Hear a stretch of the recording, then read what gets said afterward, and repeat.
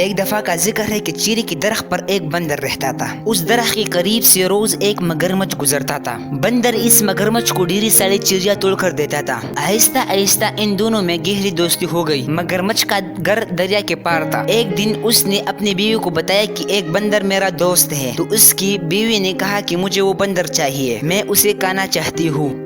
اگلے دن جب مگرمچھ بندر کے گھر پہنچا تو اس نے بندر سے کہا کہ آج تمہاری دعوت ہمارے گھر ہے، آج کا کھانا تم ہمارے ساتھ کھاؤ گے۔ بندر اس کے ساتھ چل پڑا۔ جب مگرمچھ دریا کے کنارے پہنچا تو اس نے بندر سے کہا کہ میری بیوی بہت بیمار ہے، ڈاکٹر نے اسے بندر کا دل کھانے کا کہا ہے۔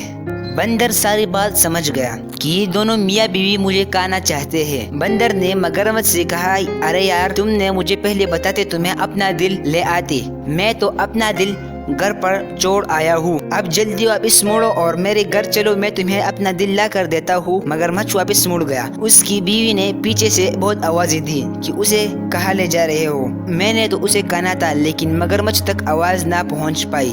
جب مگرمچھ بندر کے قریب پہنچا تو بندر جٹ سے اپنی درخت پر چڑھ گیا۔ جب مگرمچھ نے اسے چلنے کا کہا تو بندر نے کہا کہ تم نے مجھے بیوقوف سمجھا ہے، میں تمہاری ساری بات سمجھ گیا تھا کہ تم مجھے کھانا چاہتے ہو، اس لیے میں نے بہانہ بنایا کہ میرا دل گھر پر رہ گیا ہے، اب تم بھاگو یہاں سے اور آئندہ میرے گھر مت آنا۔ دوستو، اس کہانی سے ہمیں یہ سبق ملتا ہے کہ عقل مندی سے کام کرنا چاہیے۔